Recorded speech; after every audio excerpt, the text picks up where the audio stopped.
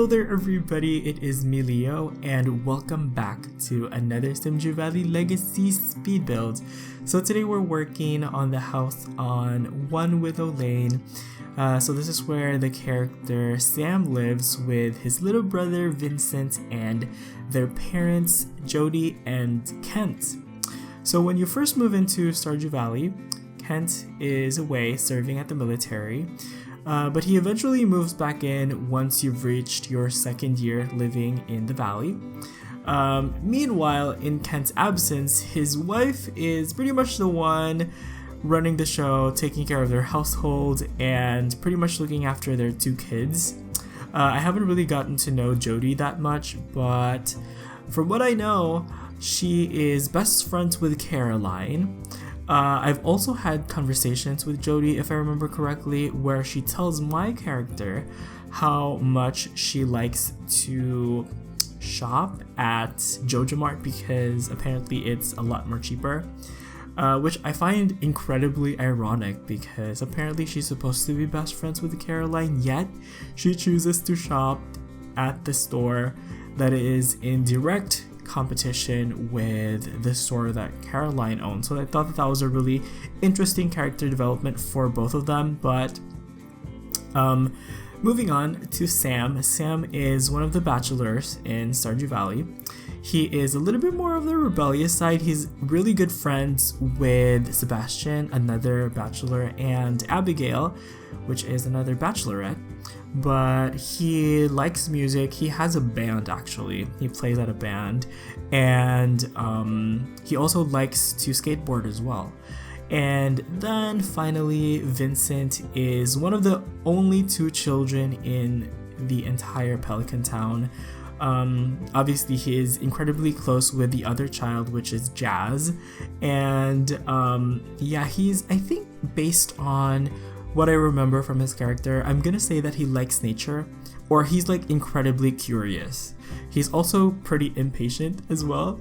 I feel like he's giving his tutor slash nanny slash teacher Penny a run for her money, but it's fine. I think they're just kids being kids, you know, if you guys got what I mean. So yes, this is actually one of the larger houses in Pelican Town.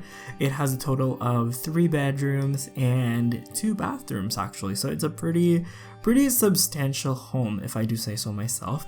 And I think what's really interesting about this house is the fact that it has this asymmetrical roof line.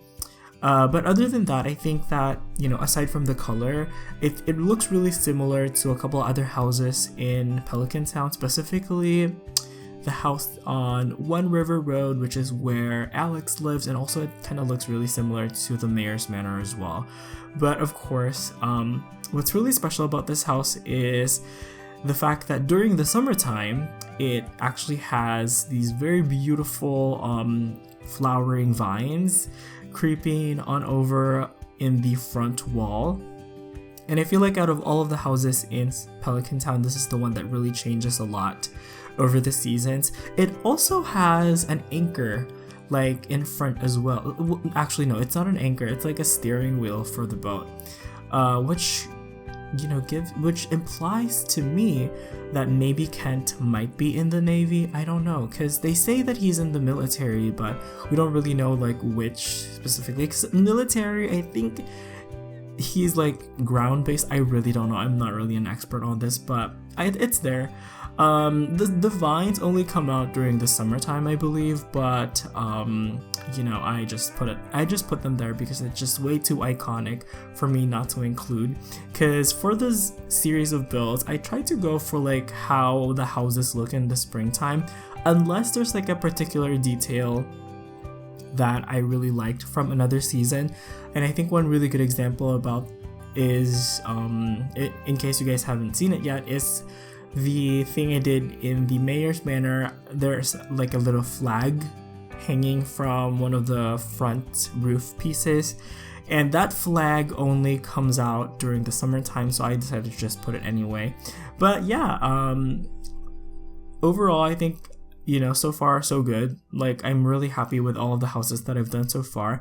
If you guys want to learn more about this build series or my upcoming Let's Play, you guys can find everything on my social media using the hashtag StarDewValleyLegacy. In case I decide to upload the build individually in the future, I will be using the hashtag StarDewValleyLegacy builds, and then in case I upload The Sims, I will be using the hashtag StarDewValleyLegacy Sims. So that is that. My plan at the moment is to pretty much film all of the builds and just do all of the Sims individually off camera, because that would just be way too much work and it will be too overwhelming. Plus, most of you guys know me as a builder anyway, so anyway, I'm pretty sure once we've finished all of the builds and once we've actually started doing the Let's Play, I think we'll be able to actually spend some time getting to know The Sims. So yes, moving on to the interior, the main living room has this very nice purple wallpaper, and I think what's really interesting about some of the living rooms in the valley and in Pelican Town in particular is that a lot of them have this little tea ceremony area where they had this like almost like flat coffee table where they have like, where I'm assuming it's where they would have tea. So I think that's the reference to maybe the Japanese origins of Harvest Moon, which is one of the things that inspired the creator of Stardew Valley, Concerned Ape, to actually make the game, the traditional Harvest Moon games. Speaking of Harvest Moon, growing up, Harvest Moon is my life. The very first game I played was actually, let's see here, A Wonderful Life, and obviously by default it's one of my favorite versions of the game ever, but eventually as I grew older, I went back and actually replayed all of the previous Harvest Moon games. Well, most of them like were available on the platforms that I owned, which at that point was the PS2, PSP, and Game Boy Advance. So all of the games that are available for those platforms I have played, and I'm gonna bring this topic up because I find it absolutely hilarious.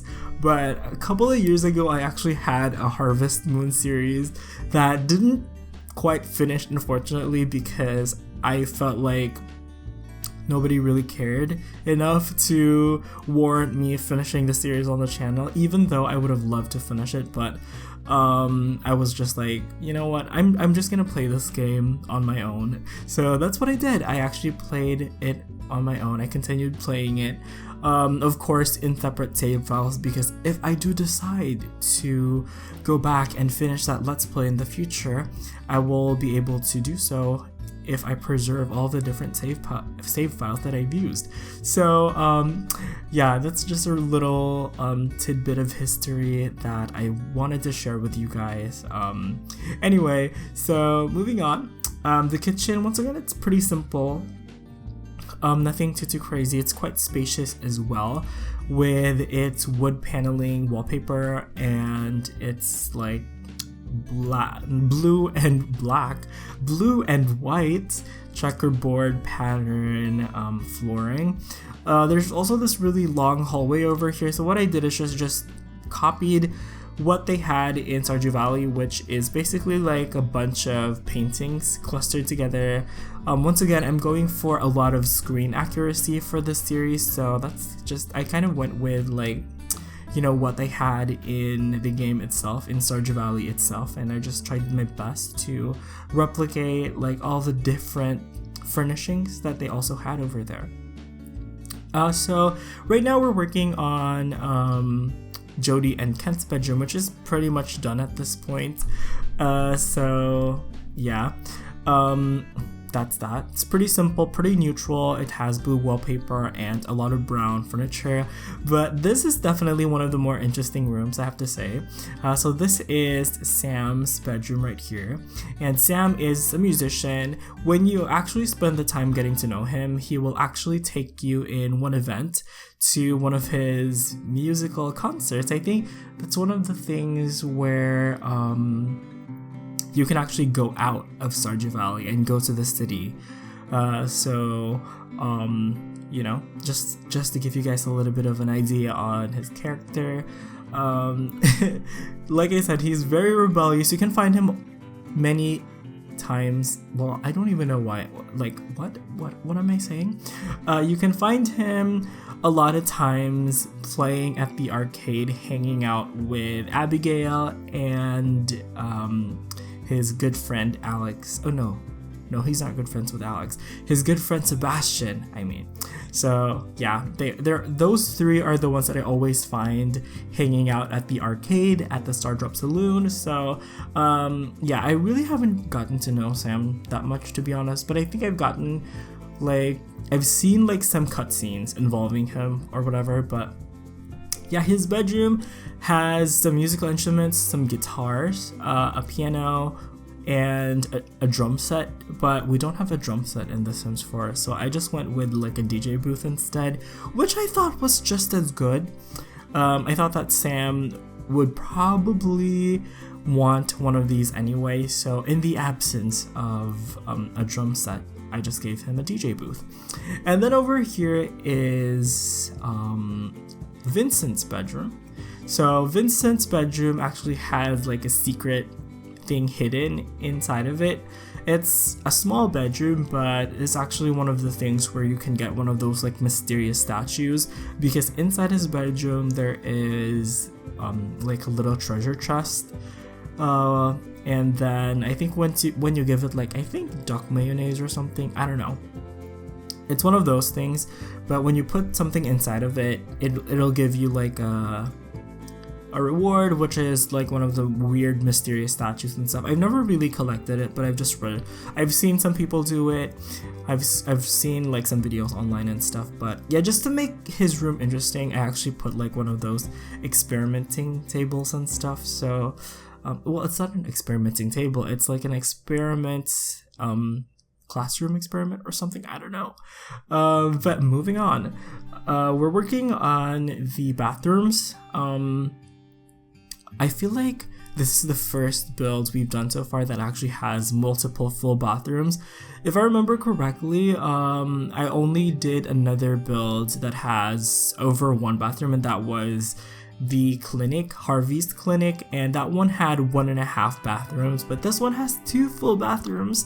Most of them have identical walls and floors, but they do have some slightly different furniture just to mix things up a little bit and have some variety.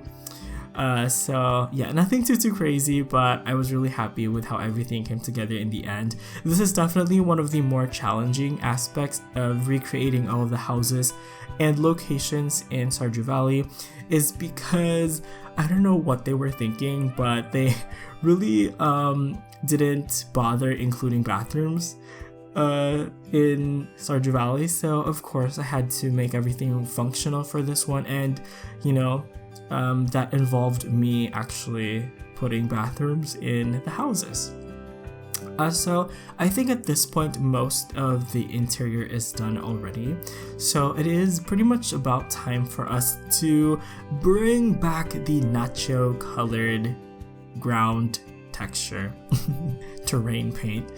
So that was really funny. One of you guys commented it, and that really stuck with me, so I'm gonna be using that throughout the series, because it just really makes me smile how true it is, though. I don't know why, but in Stardew Valley they just used, you know, yellow colored soil for a lot of different locations. But yeah, at this point it's really looking a lot like, you know, in Stardew Valley, which made me so happy, because, you know, when everything comes together, it just makes me so happy. Also, I made sure that all the trees that I put were accurate to how they looked and to where they were in game. So once again, I was kind of going for a lot of screen accuracy as well. Even the locations of the trash cans. So yeah, I just tried my best to be as faithful to the source material. I don't even know what I'm talking about. I'm just, you know, filling in the dead air. So yeah. One really interesting thing about this though is that there is kind of like a pathway that runs around this whole entire house. It's a slightly darker nacho colored, you know, nacho cheese color. I don't know. It's like a slightly darker brown, basically is what I'm trying to say. I don't really know the point of these pathways, but they're there. So yeah, I just included them over here.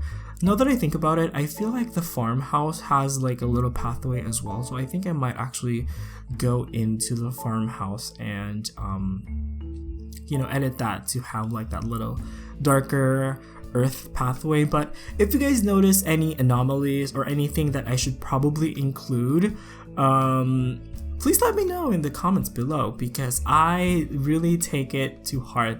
And I love listening to your guys' versions of, you know, everything. And yeah, I think one really good example is for Pierre's General Store, I accidentally put an aquarium in Abigail's bedroom, because when I looked at it first, I thought she had an aquarium, but one of you guys was kind enough to let me know that she had a hamster instead, so I switched out the aquarium for that hamster thing. So yeah. Anyway, so for the backyard, of course, this is where I typically give myself quite a bit of artistic license, because we never really see the backyards of all of the houses. So for this one, I kind of just put like a barbecue area as always, but I also put like a little campfire as well for the family to, you know, hang out. It has 4 seats that I put surrounding the campfire, and I just wanted to have like a space for the family to hang out and maybe bond a little bit. And I think that is pretty much it for this build actually, so I'm gonna go ahead and wrap up my commentary right here. As always, hopefully you guys are enjoying the series so far, and if you guys want to help support the channel, please don't forget to hit that like, favorite, and subscribe button, because that's really gonna help out a lot. You all have an awesome day. Thank you so much for watching. Enjoy the rest of the video, and I will see you guys next time. Bye bye.